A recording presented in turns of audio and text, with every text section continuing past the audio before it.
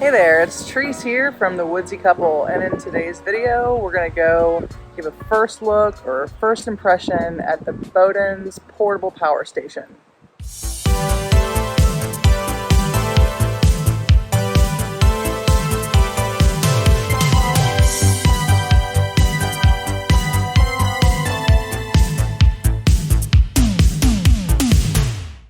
I was really excited to get something that could handle 120 volts AC.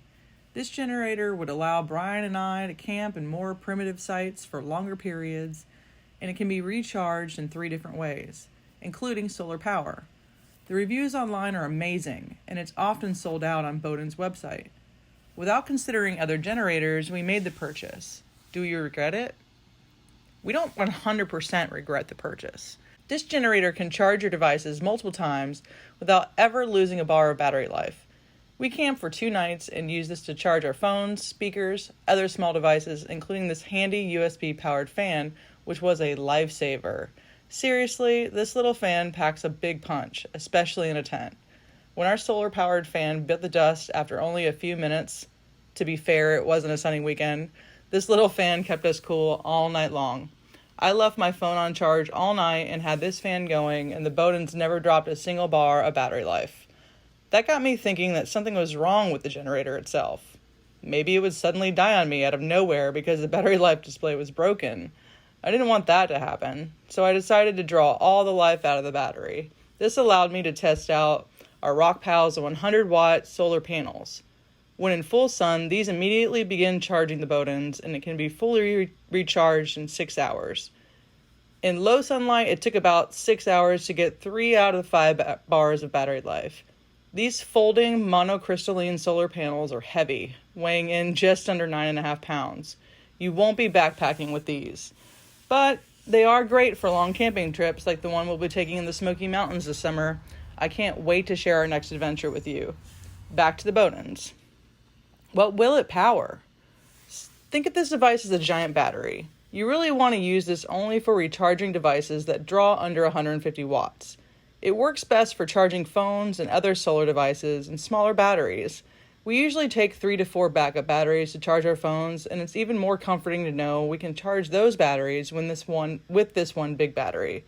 I ran a small desk fan for a few hours without losing a bar of battery life, but as soon as I plugged in a slightly bigger fan and cranked it to its highest setting, the battery quickly dwindled and died in just a couple hours. What won't it power? The Beaudens cannot power anything that draws more than 150 watts of electricity. This basically makes it impossible to power anything bigger than a desk fan or a tablet. It won't charge the rechargeable portable air pump that I used successfully when inflating the board on our Crooked River camping trip. The Tonson portable pump took the board from 7 psi to 15 psi in 10 minutes. It's a great option, but I keep trying to find the perfect way to inflate the DAMA without using the hand pump or needing the car to charge the pump. Drawbacks? Well, at the time, I didn't think I would need or want a DC port to power devices, but the more I look at camping gear like portable refrigerator coolers, the more I realize a lot of them use DC power or a car outlet plug. This came especially to my attention when I was looking for electric pumps to pump up my inflatable stand-up paddleboard. If you haven't seen my DAMA ISUP first look and review videos, you may want to check those out. If you're in the market for a fun and sturdy water toy, DAMA is definitely the key in the ticket. The pump I already owned is an Intex Quick Fill 080 12-volt DC 8-amp electric pump. I've used it to inflate air mattresses, but never a high-pressure device like my SUP. Because it requires a DC outlet, and I don't want to use the one in the Kia Rio, I picked up a DC to AC converter so I can use the Beaudens while primitive camping. I also purchased the Airhead 120 horsepower electric air pump because it was recommended in a video I saw on another channel, but it wasn't for a DAMA board. The pump comes with adapters, which should allow it to be used on high-pressure devices, but spoiler alert, this is not a SUP adapter.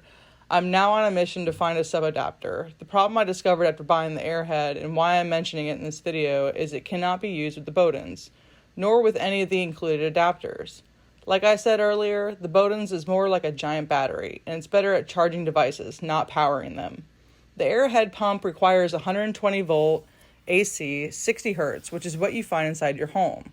I'm not even sure this pump will work with an extension cord, as you lose a little bit of voltage extending the power. I'll be testing out these 2 electric pump options in another follow-up video once I pick up an adapter that fits us up. I guess this purchase isn't totally regrettable yet. I'll still test out both pumps, but I'll test out the airhead using an outlet in my home, and I'll use the adapter and the Beaudens to try to power the Intex air pump. All after I find this adapter. If you know which adapter I need or know what I'm doing wrong, please drop it in the comments.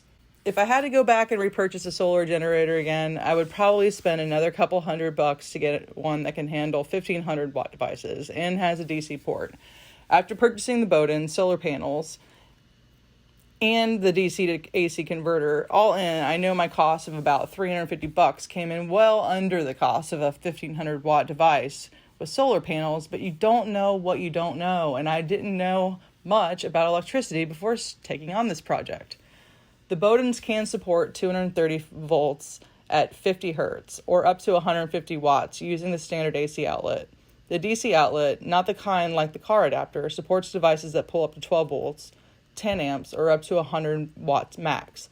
The USB 3.0 port will easily charge the new iPhone 12 Pros, and at just under 5 pounds, you could take it backpacking. With the AC-DC adapters, it takes about 4 to 6 hours to charge, and like I said earlier, it takes about 6 to 8 hours to charge with the RockPow solar panels. Thanks for sticking around with me on my inflatable SUP journey. If you like this video, please go ahead and give it a thumbs up. If I've included any links in the description, those are affiliate links, and this channel will benefit should you click and buy. Until next time, remember to keep it woodsy.